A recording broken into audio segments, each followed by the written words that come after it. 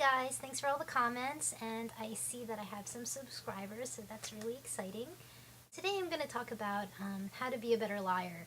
Now, you're really not obligated to tell anybody about your illness. In some cases it might help. In some cases you have to lie in order to protect yourself. So I've found through experience about all these little things that kind of helped me out.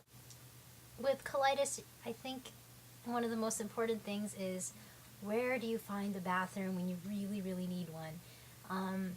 Restaurants are okay, but sometimes, you kind of have to sneak in. I've never really had any trouble about finding a bathroom because all I have to do is ask, and usually people let me in.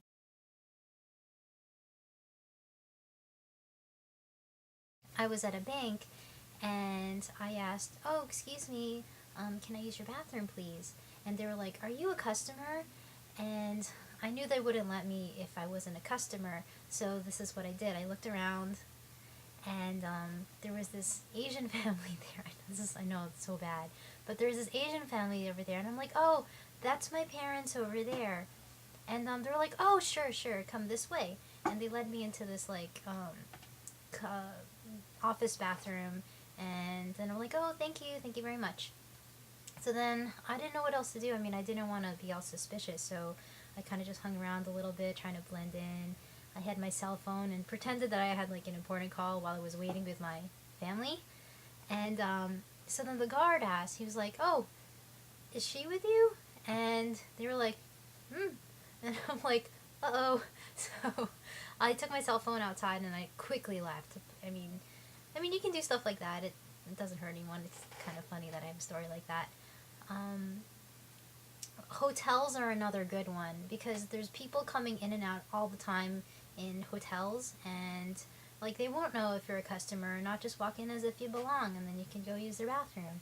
If you work in a building, just kind of know where all the bathrooms are, and I guess it helps to know when the cleaning lady isn't going to be there, because you're going to be in there for a while, and you don't want to be there at the same time, and some sounds or something. I heard about this card that you can apply online.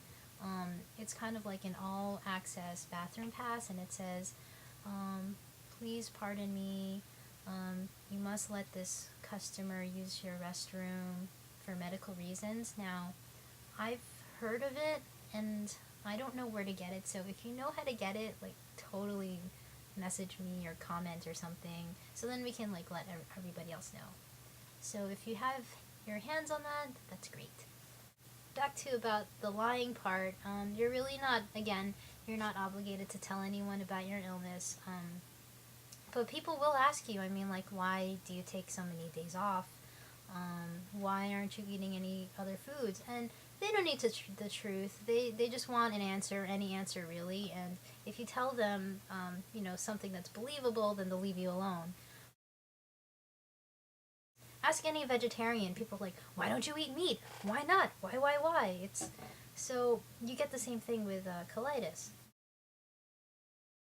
When you say, "Oh, I'm allergic to this and this and this," and then people start to baby you and tell you, "Oh, well, what can you eat?" Da da da da, and it gets really annoying. But if you're in a restaurant and you want your meal to not have this, and you can substitute it for this, that really helps out. And if you say, "Oh, I have food allergies," they don't ask you any questions because they don't want you to sue their restaurant. So if you need to make substitutions for your food, it works for restaurants. I can't use the Atkins diet lie I've done before, and all these women, they were like, "Why are you on a diet? You're already so thin." Women are really vicious people. They're competitive, especially when it comes to weight. If you see how thin my arm is, it's kind of like a string bean. You can see my bones right here. Well, I'm not really that thin, but I guess I'm average. But no one likes seeing average to thin, slim people being on a diet. It makes other people feel bad. And I'm like, oh. At work, it's kind of tough to try to blend in because they have free pizza day, free cake day, free cookie day, free brownies, and all this cool stuff that I can't eat, and it's for free. And what do? I mean, nobody wants a party pooper. I told my boss a really good lie that, see my teeth? That I had them professionally whitened. And every time I eat like anything sweet, my teeth hurt because the dentist had botched up the procedure.